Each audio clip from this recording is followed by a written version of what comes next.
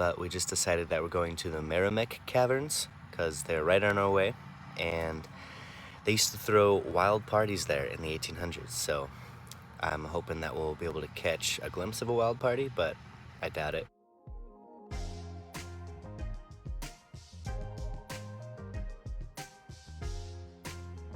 So fuel has been a much larger expense than we expected, so we're always looking for great deals. So saving 10 cents a gallon, even signing up for Walmart's app, sounds like a great deal, but they make it really hard. I hit the pay now button, and then we selected our pump number, and then it like automatically paid on there, and yeah, like we didn't have to push any of the buttons or insert a card or anything. It just did it automatically.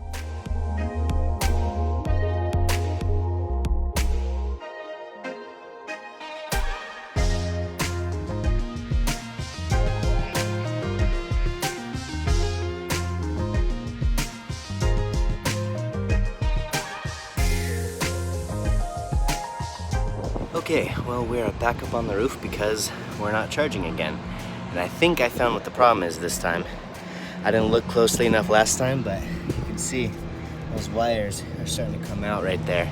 So I think that's what's causing the issue. So get that fixed up and make it tighter or something, I don't know, we'll see. And hopefully that fixes it.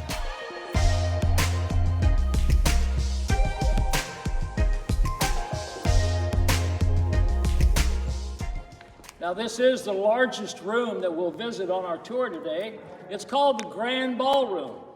And the reason it's called that is back in the early 1900s, the locals, the ones that had cars, they would drive them right up where you're standing, point their lights in here while the others would light their lanterns, gas lanterns. The men got out in the middle and they constructed a wooden dance floor, and they had dances in here every Friday and Saturday night. I know that's a true story because my grandmother was one of them. And she told me what a treat that was back in those days, no air conditioning, to be able to come into a nice cool cave and dance the night away and visit with friends and just have a good time. Right now I want to bring your attention to this silver ball. The silver ball is called Foucault's swinging pendulum. And what it's supposed to do is measure the world's rotation on its axis. Right now, it's going north to south. In 6 hours, it should go east to west. Another 6 hours, north to south, and so on. Now, this was put in here by a group of high school students for a science fair many years ago. And as a science fair, they had to do all the work themselves, so they made a couple of mistakes.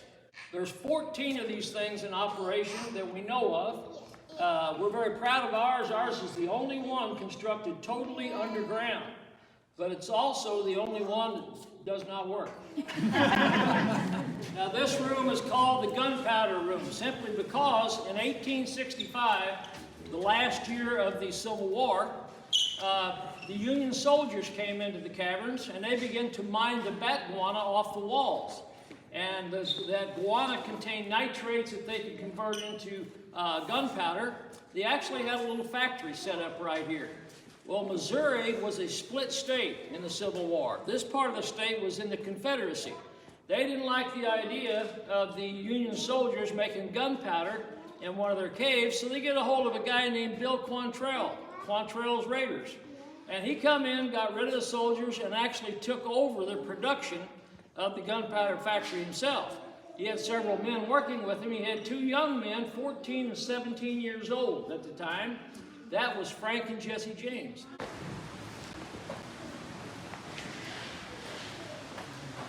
Here. Now these are small stalactites, and this part of their formation, they're called speleotherms. And the geologists would call these soda straws because they're hollow inside, just like a soda straw. Now it takes 100 years to make 1 cubic inch of calcite, which is what these are made of. And we know that these are about 80 years old.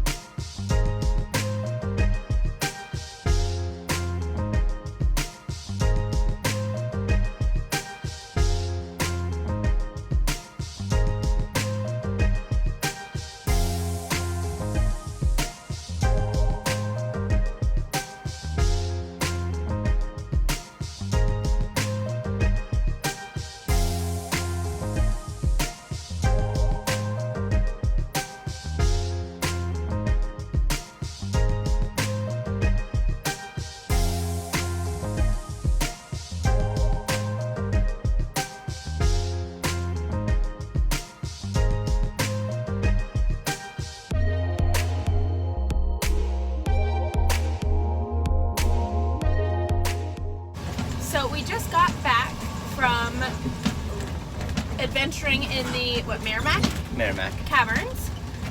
Pretty cool. Yeah, they were awesome. How do you say them? Stalactites and stalagmites. Yeah, like straight out of National Geographic show. Yeah. Right there in front of you. It was super cool. And there was one that's literally so big, it's grown all the way, I can't remember if it grew from the top to the bottom, but it grew all the way from ceiling to floor, and it's just like a massive... Yeah, 28 feet high and 150 feet around. It grew so big it cut off its own water supply because they need water to grow. Yeah. And We learned a lot about Jesse James and his gang who hid out in that cave after they robbed a train in 1870s-ish, where Yeah, they there was thought more they to were as it. far back as they could, and there was a little bit of water back there, and they obviously didn't want to get caught, and the marshals or the police were right behind them, so in the cave they jumped in the water and swam, and then 30 feet later they came up on the other side on like a bank where there was a river, and then the river took them out the other side of the mountain that the caverns or the cave was in. yeah, but it was undiscovered at that time, so they had to figure it all out by themselves.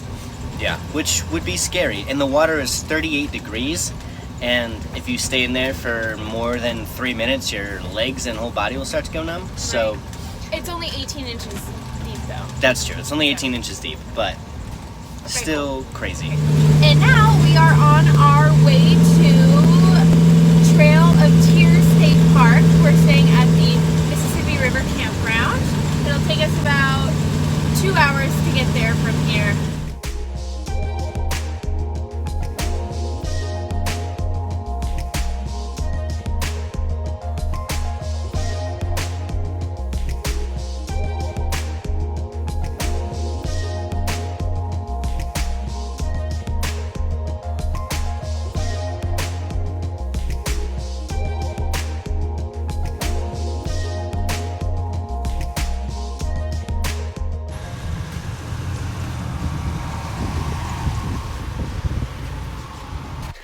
We have made it to Mississippi River Campground at Trail of Tears State Park in Missouri.